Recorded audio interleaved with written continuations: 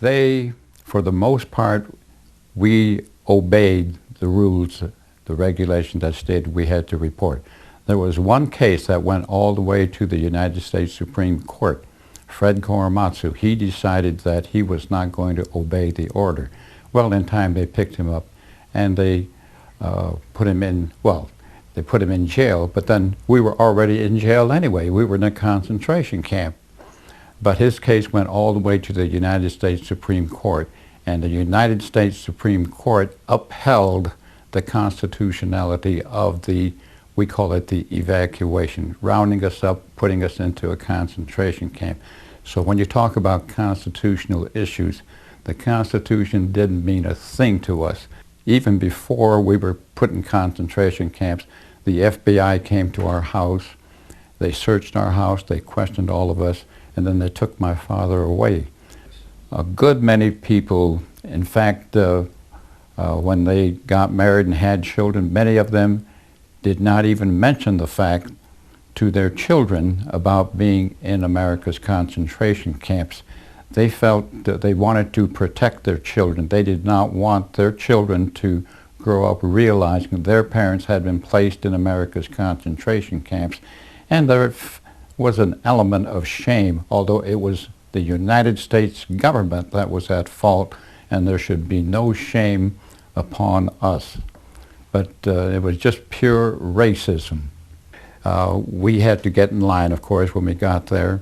And then instead of our name, we were given ID numbers. We became, an ID number. We did not become Sam Ozaki. I lost my identity as an American citizen, and I became a number.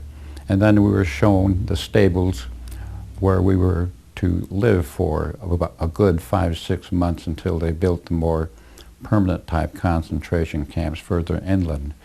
They moved the horses out. They didn't have facilities to house 120,000 persons, so they took over racetracks, fairgrounds, places like that.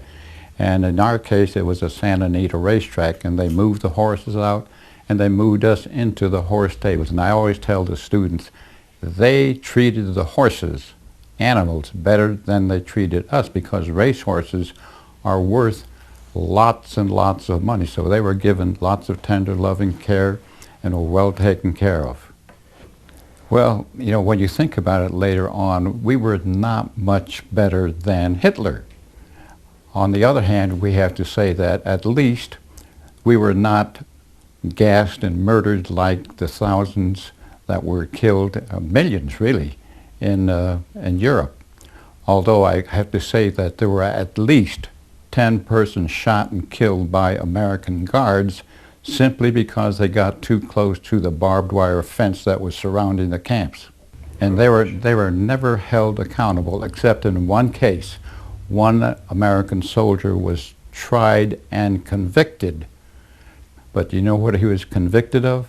He was found guilty and convicted and fined $1 for unauthorized expenditure of government property. The unauthorized expenditure of an M1 rifle, that one bullet that shot and killed an inmate in Tule Lake.